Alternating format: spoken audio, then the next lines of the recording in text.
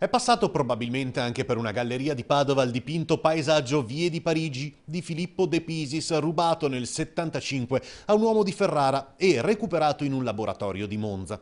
L'olio su tela era stato sottratto al proprietario, oggi 81enne, il 18 dicembre di 42 anni fa, asportato dall'automobile. La vittima ne aveva denunciato il furto insieme a quello di altre due opere mai trovate, Paesaggio veneziano sempre di De Pisis e Tre tagli su fondo bianco di Lucio Fontana.